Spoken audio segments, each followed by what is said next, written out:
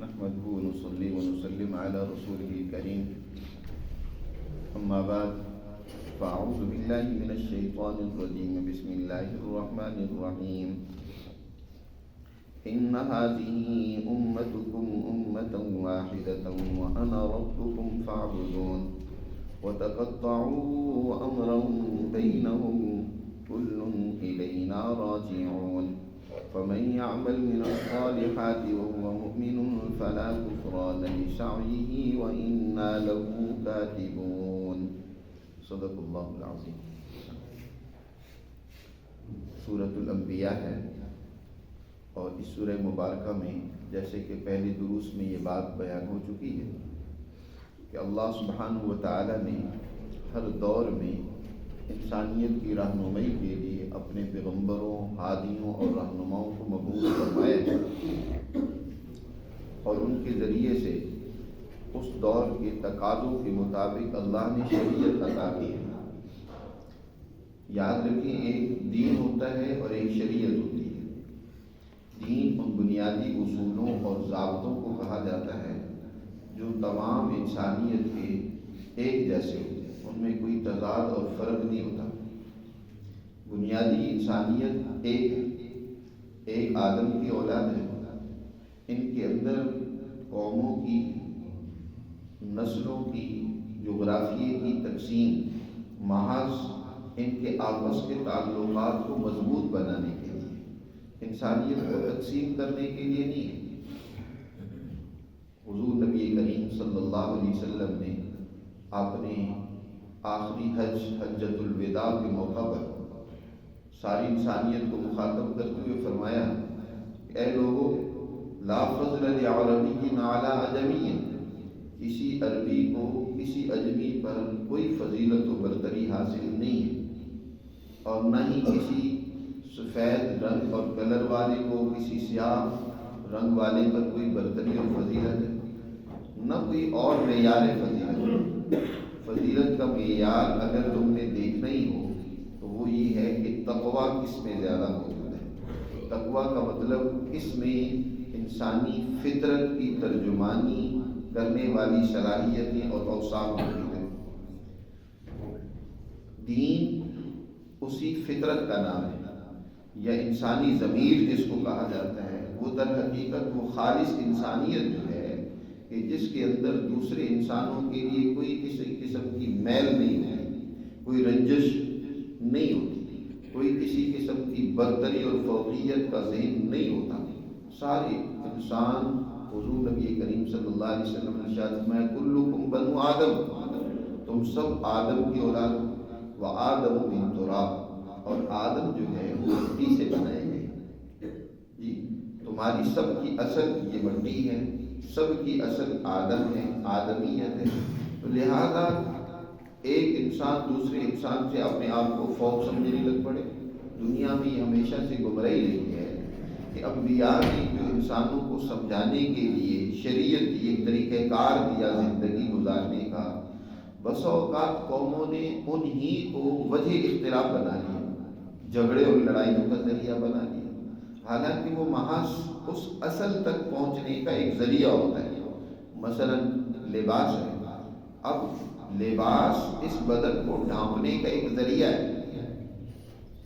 اور اس بدن کے ذریعے، اس لباس کے ذریعے سے انسان سردی گرمی سے اپنا بچاؤ کرتا ہے، اپنی حفاظت کرتا ہے۔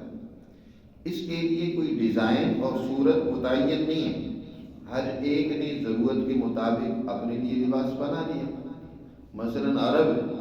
وہاں صحرائی علاقہ ہے، طوفان آتی ہیں، ہوائیں چلتی ہیں، ریت اڑتی ہے، اور لباس بھی ظاہر ہے اڑنے کا، وہ اگر کھلا لباس ہو، آگے سے کٹا ہوا ہو تو وہ اڑے گا، اور جس کی وجہ سے کئی مرتبہ شرمگاہ کے بھی ظاہر ہونے کا خطرہ ہوتا ہے۔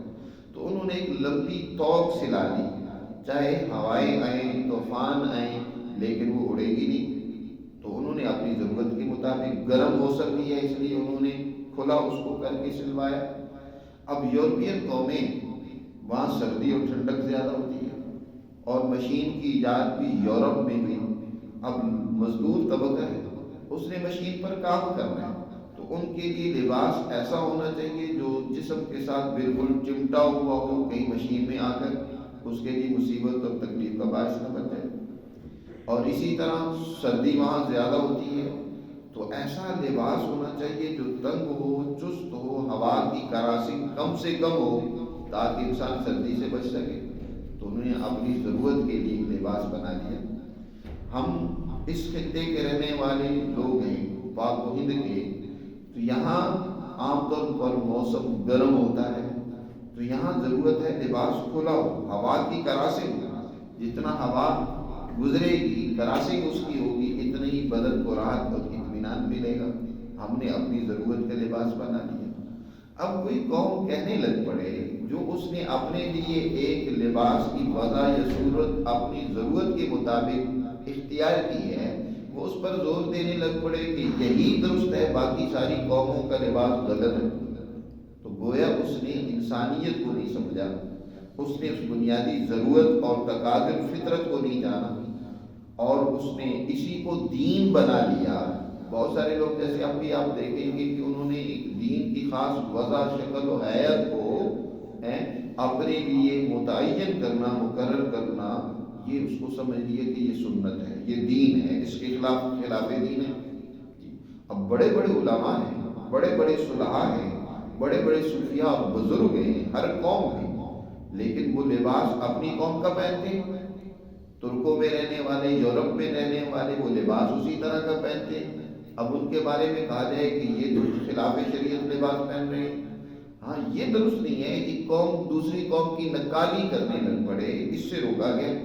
کہ مثلا ہم یہاں کے رہنے والے لوگ ہیں تو ہم ہر کام میں یورپ کی نقالی کرنے لگ پڑے، ان کے پیچھے دوڑنے لگ پڑے، اپنی ضرورتوں تقاضوں کو بھی نظر انداز کر دیں، تو یہ درست نہیں ہوگا۔ جیسے حضرت عمر فاروق رضی اللہ تعالیٰ عنہ، انہوں نے ایک نوجوان غیر عربی کو دیکھا کہ اس نے عربوں کی طرح کا لباس پہنا ہوا ہے، تو حضرت عمر فاروق رضی اللہ تعالیٰ عنہ نے اسے ڈانٹ ڈپٹ کی اور فرمایا کہ نہیں، جو تمہاری قوم کا لباس ہے تم وہی پہنو، تمہارے لیے وہی دین ہے، وہی طریقہ کار ہے۔ تو ہمیشہ سے انبیاء علیہ السلام نے انسانیت کے جو بنیادی اخلاق ہیں، جو بنیادی ان کے ترقی کے اصول ہیں، ان کی تعلیم دی۔ اب ان کو عمل میں لانا ضروری ہوتا ہے۔ عمل میں لانے کے لیے اس وقت معروضی تقاضے کے تحت جو بھی نوعیت بنی، انبیاء نے اس کو خود بھی اختیار کیا اور قوموں کو اختیار کرنے کی ہدایت کی۔ لیکن ہوا یہ کہ رفتہ رفتہ ان قوموں نے انہی رسم و رواج کو، اپنے انہی طریقوں کو اصل دین بنا لیا، اور وہ ساری انسانیت کو اسی کی دعوت دینے لگ پڑے۔ یہودی تھے تو وہ کہنے لگے کونوا ہودا،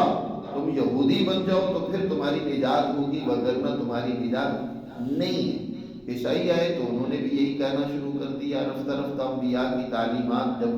ان کے اندر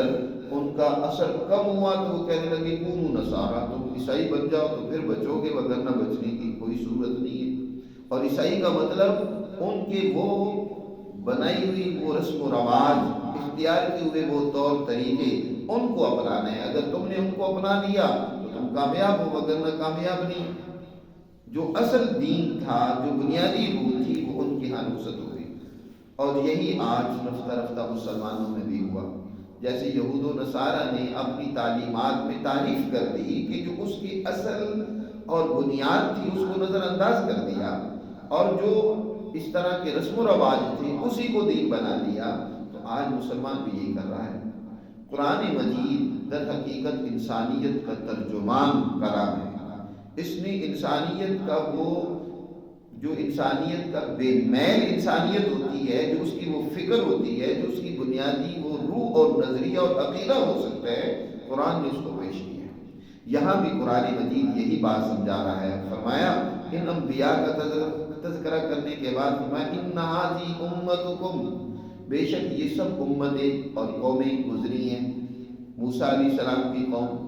حضرت ابراہیم علیہ السلام کی امت اور جماعت اور قوم، حضرت اسحاق، حضرت یعقوب، اور اسی طرح حضرت زکریا، حضرت سلیمان، داؤد، ان سب کا تذکرہ کرنے کے بعد فرمایا ان ھذی امتکم امۃ واحدہ، بے شک تم سب ایک ہی امت ہو، اس میں کوئی تفریق نہیں ہے، تم ایک ہی انسانیت سے تعلق رکھتے ہو، تم میں کوئی آپس میں فرقے بنا کر ایک دوسرے سے جنگ و قتال کرنا، کچھ تو خون بہانا، اس کی کوئی ضرورت نہیں ہے۔ ان ھذی امتکم امۃ واحدہ، بے شک تم سب ایک ہی اصل سے، ایک ہی انسانیت سے وابستہ ہو، ایک ہی نظریہ اور فکر ہے تمہارا، تمہارے درمیان کوئی تضاد نہیں ہے، اور تم سب کا اگر کوئی رب اور پروردگار ہے تو وہ اللہ ہے۔ تم نے آپس میں ایک دوسرے کو رب اور خدا بنا دیا ہے، لیکن یہ حقیقت نہیں ہے۔ حقیقت یہ ہے کہ وَأَنَا رَبُّكُمْ، میں ہی تمہارا رب اور پروردگار ہوں، فَاعْبُدُونِ، لہذا میری ہی اطاعت کرو، میری ہی بات مانو، جو میں کہہ رہا ہوں اس پر عمل کرو۔ قرآن کہہ رہا ہے وَتَقَطَّعُوا أَمْرَهُم بَيْنَهُمْ، لیکن وہ لوگوں نے اللہ کے اس بنیادی حکم کو تسلیم کرنے کی بجائے آپس میں ٹکڑے ٹکڑے کر لیے، ایک دوسرے کو تقسیم کر لیا، ایک دوسرے میں فرقے بنا لیے، گروہیتیں بنا لی، اور ہر گروہ اور فرقہ دوسرے کی تکفیر کرتا ہے، دوسرے کو کافر اور تذلیل کرتا ہے، اس کو گمراہ قرار دیتا ہے اور اس کے خلاف جنگ و جدال کرتا ہے، اور اس طریقے سے انسانیت آپس میں ایک دوسرے کو مولی گاجر کی طرح کاٹنے لگ پڑتی ہے۔ فرمایا نہیں، وَتَقَطَّعُوا أَمْرَهُم بَيْنَهُم، لوگوں نے آپس کے اندر اس طریقے سے تقسیم و تفریق کر لی ہے، وگرنہ اللہ نے تو ساری انسانیت کو ایک باپ سے بنایا، ایک فطرت پر پیدا کیا، ایک دین دیا، ایک نظریہ اور عقیدہ دیا ہے، وہ یہ کہ سب کا رب ایک اللہ ہے۔ اللہ کے سوا کسی کا کوئی اور خدا نہیں۔ کوئی انسان کسی کو خدا بنا لے، کوئی اور کسی طریقے سے انسانیت کو اپنا غلام بنانے کی کوشش کرے، نہیں، سب نے اللہ کی غلامی کرنی ہے۔ کل الینا راجعون، اور سب کا انجام بھی ہماری حضور ہے، تم سب نے لوٹ کر ہمارے پاس پہنچنا ہے۔ اور یاد رکھو، دنیا میں اگر کسی کی عزت ہے، کسی کو دنیا میں کوئی اہمیت دی جائے گی تو وہ اس کے عمل اور کردار کی بنیاد پر ہوگا۔ جس کا جتنا عمل اچھا ہوگا اتنا اللہ کی نظر میں وہ اچھا ہے، اور جتنا کسی کا عمل فاسد اور برا اور انسانیت کو نقصان پہنچانے والا ہوگا وہ اتنا ہی اللہ کی نظر میں گرا ہوگا۔ اب تمہاری اچھائی اور برائی تمہارے اچھے عمل پر موقوف ہے، کسی گروہ پر موقوف نہیں ہے کہ تم کس گروہ سے وابستہ ہو، تمہارا کس جماعت سے تعلق ہے، اس کے ساتھ کامیابی یا اچھائی کا معیار نہیں ہے، بلکہ فرمایا فَمَن يَعْمَلْ مِنَ الصَّالِحَاتِ، جو بھی اچھا کام کرے، اچھا کردار ادا کرے، بشرطے کہ اس کا نظریہ بھی یہی ہو جو قرآن بیان کر رہا ہے کہ انسانیت ایک ہے، وحدت انسانیت کا نظریہ ہو، وَهُوَ مُؤْمِنٌ فَلَا كُفْرَانَ لِسَعْيِهِ، اس کی یہ جد و جہد اور کاوش، اس کی ناشکری اور ناقدری نہیں ہوگی۔ یاد رکھو، ایمان، عقیدہ، نظریہ، یہ کیا ہوتے ہیں؟ انسان اپنے لیے ایک کوئی فکر،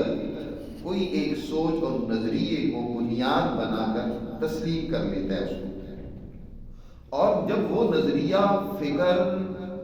عقیدے کی شکل اختیار کر لے یا ایمان کی شکل اختیار کر لے تو پھر انسان اپنے اس نظریے کو عمل میں لانے کی آخری حد تک کوشش کرتا ہے۔ اگر اس نظریے کے خلاف خود اس کی ذات رکاوٹ بنتی ہے تو اس کے خلاف جد و جہد کرتا ہے، اس کا خاندان اور فیملی اس کے خلاف کوئی رکاوٹ ڈالنے کی کوشش کرتا ہے تو وہ اس کے خلاف جد و جہد کرتا ہے، یہاں تک کہ اگر قوم اس کے خلاف کھڑی ہے تو وہ اس کے خلاف بھی جد و جہد کرتا ہے۔ بین الاقوامی سطح پہ جو اس نے نظریہ، فکر مان لی ہے، ساری انسانیت بھی اس کے خلاف ہو جائے تو اپنے اس نظریے کو عمل میں لانے کی آخری حد تک کوشش کرتا ہے، یہاں تک کہ اس پر قربان ہو جاتا ہے۔ اس کو ایمان کہا جاتا ہے۔ ایمان محض رسمی طور پر کسی ایک چیز کو مان لینا جس کا خارج میں کوئی اثر اور نتیجہ ظاہر نہ ہو نہیں ہوتا، یا کوئی ایسی آپ جدوجہد کر رہی ہیں، کوئی کام اور عمل کر رہے ہیں لیکن اس کے پیچھے کوئی نظریہ اور اعلیٰ فکر اور ایمان نہیں ہے تو پھر وہ جدوجہد بھی کسی کھاتے میں نہیں جائے گی۔ کوئی عمل بغیر کسی نظریے اور فکر کے کیا جائے تو اس کے کوئی نتیجہ نہیں، اس کا کوئی نتیجہ نہیں نکلتا۔ جیسے بہت سارے جہادی لوگ جہاد کرتے ہیں لیکن پیچھے کوئی انسانیت کی فکر نہیں ہے، کوئی سوچ نہیں ہے، بس محض ہی لڑنا ہے، مرنا مرانا ہے۔ ہر کام کے پیچھے ایک نظریہ اور فکر ہوتا ہے، اور اگر فکر اور نظریہ ہے لیکن اس کے لیے کوئی جدوجہد نہیں ہے، عمل نہیں ہے، تو پھر بھی وہ نظریہ محض ایک رسم ہے، محض ایک باتیں ہیں جس کی کوئی حقیقت نہیں ہے۔ ایمان جب اتنے درجے میں انسان کے دل و دماغ میں راسخ ہو جائے کہ وہ اس کو اپنے سماج میں، اپنے معاشرے میں، اپنے عمل میں لانے کے لیے وہ ہر ایک سے ٹکر لینے کو بھی تیار ہے، ہر قربانی کے لیے بھی تیار ہے، تو اس کو ایمان کہا جاتا ہے جی۔ اور یہ ایمان بنیاد ہے، اس لیے قرآن نے یہاں کہا ہے کہ فَمَن يَعْمَلْ مِنَ الصَّالِحَاتِ وَهُوَ مُؤْمِنٌ، جو اچھا کردار ادا کرے بشرطے کہ وہ مومن ہو، اس کے اندر وہ نظریہ انسانیت کا ہو، جس کو قرآن نے گزشتہ آیت میں بیان فرمایا کہ ساری انسانیت ایک ہے، اس میں کوئی تفریق و انتشار اللہ نے نہیں رکھی، لوگوں نے تقسیم پیدا کی جی۔ تو یہ فکر لے کر جو انسان جدوجہد کرتا ہے، عمل کرتا ہے، اچھا کردار ادا کرتا ہے، تو فلا کفران لسعی، ہم اس کی اس محنت اور سعی کو ضائع نہیں کریں گے، ہم اس کی قدر کریں گے، فلا کفران لسعی وَإِنَّا لَهُ كَاتِبُونَ، اور بے شک اس کا یہ عمل، اس کا یہ نظریہ اور فکر ہمارے ہاں محفوظ ہے، لکھا جا رہا ہے، اور اس کے مطابق اس کو یقیناً دنیا میں بھی جزا اور بدلہ ملے گا، اور آخرت میں بھی اس کو اللہ انعام سے نوازیں گے۔ تو میرے عزیز دوستو، یہ قرآن کی بنیادی فکر ہے جس کو قرآن نے ان مختصر سی 2 آیات میں بیان فرمایا ہے۔ اللہ ہمیں قرآن کی اس بنیادی فکر کو سمجھنے کی اور اس پر عمل کرنے کی